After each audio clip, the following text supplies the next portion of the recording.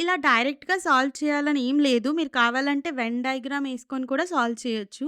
మీకు తెలుసు కదా! మనం ఎక్సర్‌సైజ్ క్వెషన్స్ అన్నీ వెన్ డయాగ్రామ్ హెల్ప్‌తోనే సాల్వ్ చేస్తున్నాం.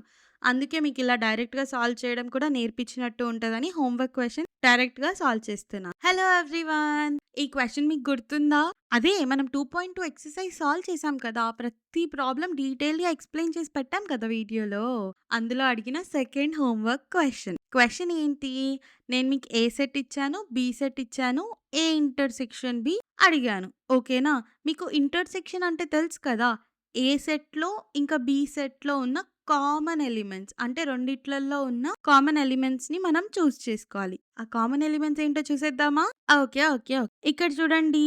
ఏ సెట్‌లో 3 ఉంది. అలాగే బి సెట్‌లో కూడా 3 ఉంది. ఏ సెట్‌లో 5 ఉంది. అండ్ అలాగే బి సెట్‌లో కూడా 5 ఉంది. ఇంకా మిగిలినవేమైనా కామన్ ఎలిమెంట్స్ ఉన్నాయా? లేవు కదా! సో, 3 అండ్ 5 అనేవే కామన్ ఎలిమెంట్స్. అంతేనా?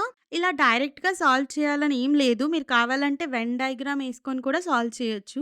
మీకు తెలుసు కదా! మనం ఎక్సర్‌సైజ్ క్వెషన్స్ అన్నీ వెన్ డయాగ్రామ్ హెల్ప్‌తోనే సాల్వ్ చేస్తున్నాం. అందుకే మీకిలా డైరెక్ట్‌గా సాల్వ్ చేయడం కూడా నేర్పించినట్టు ఉంటదని హోంవర్క్ క్వెషన్ డైరెక్ట్‌గా సాల్వ్ చేస్తున్నా. ఓకేనా? సో, మన ఏ ఇంటర్సెక్షన్ బి ఏంటి? 3 ఇంకా 5 అంటే ఆప్షన్ సి కరెక్ట్ అన్నమాట. ఓకేనా? ఇంకో హోంవర్క్ క్వెషన్‌తో వస్తాను. అర్థమైందా? అర్థమైతే లైక్ చేసి సబ్స్క్రైబ్ చేసుకోవచ్చు కదా మరి.